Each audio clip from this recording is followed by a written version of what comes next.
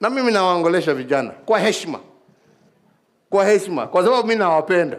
Mimi sio ile kabila ama sio ule mtu ambaye nikienda sehemu moja nasema hii, alafu nikienda sehemu ingine nasema ingine, alafu nikienda sehemu ingine nasema ingine, alafu nikienda kwingine ingine.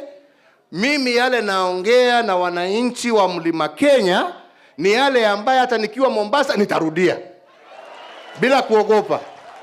Ni male ambaye nikienda Nyanza nitarudia bila kuogopa, kwa sababu mimi najua ni ya ukweli na ni ya haki. Mimi sina haja ya kuingilia hawa na wale wengine na wale wengine. Yangu ni kusema tu nataka tuchambue haki na uongo. Hiyo tu.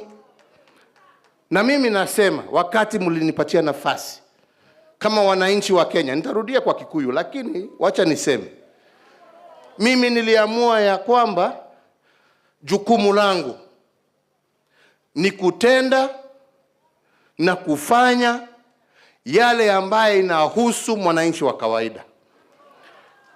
Na nikasema ya kwamba mimi nitafuatilia hiyo barabara. Na nimejaribu kwa uwezo wa Mwenyezi Mungu kufanya yale ambaye nina uwezo kwa kufanya. Sitaki niwadanganye ya kwamba nimefanya yote, lakini najua ya kwamba hata shida zile zote nimekuwa nazo, hakuna rais ambaye ametembea mbele yangu ambaye amefanya yale mimi nimefanya kwa taifa la Kenya.